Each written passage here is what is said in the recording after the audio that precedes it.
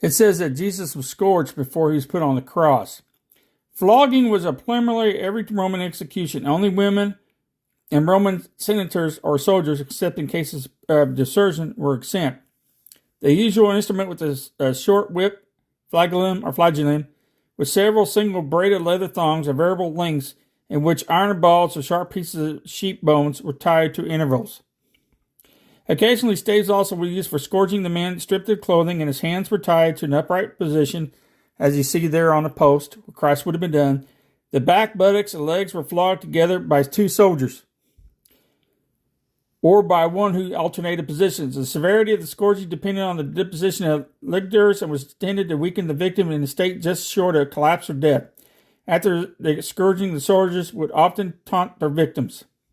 Medical aspects of scourging. As the Roman soldiers repeatedly struck the victim's back with full force, the iron balls would cause deep contusions, and leather thongs and sheep bones would cut into the skin and subcontusions tissues.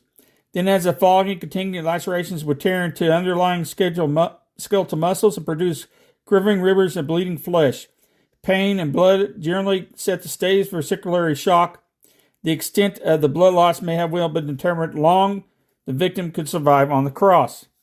The scourging of Jesus at the Praetorium. Jesus was severely whipped, although the severity of the scourging is not disclosed or discussed. The four Gospels accounts, it replied to one of the epistles, 1 Peter 2:24.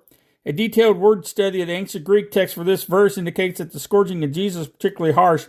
It is not known whether the number of lashes was limited to 39 in accordance with Jewish law.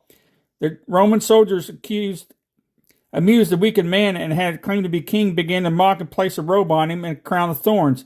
Next they spat on him and struck him on the head with a wooden staff. Moreover, when the soldiers tore the robe from Jesus' back, they probably reopened the scourging. Understand, when he had that whip open, as you see there, the picture on the far right, where it's back and forth like that, as he was on the cross, as he breathed, he had to pull himself up to get breath, so he was running that back up and down the cross. I know this is graphic, but I'm going to show you what Jesus Christ did and suffered for us. And this is before he was even put on the cross. There was a scourging. And later he was put on the cross.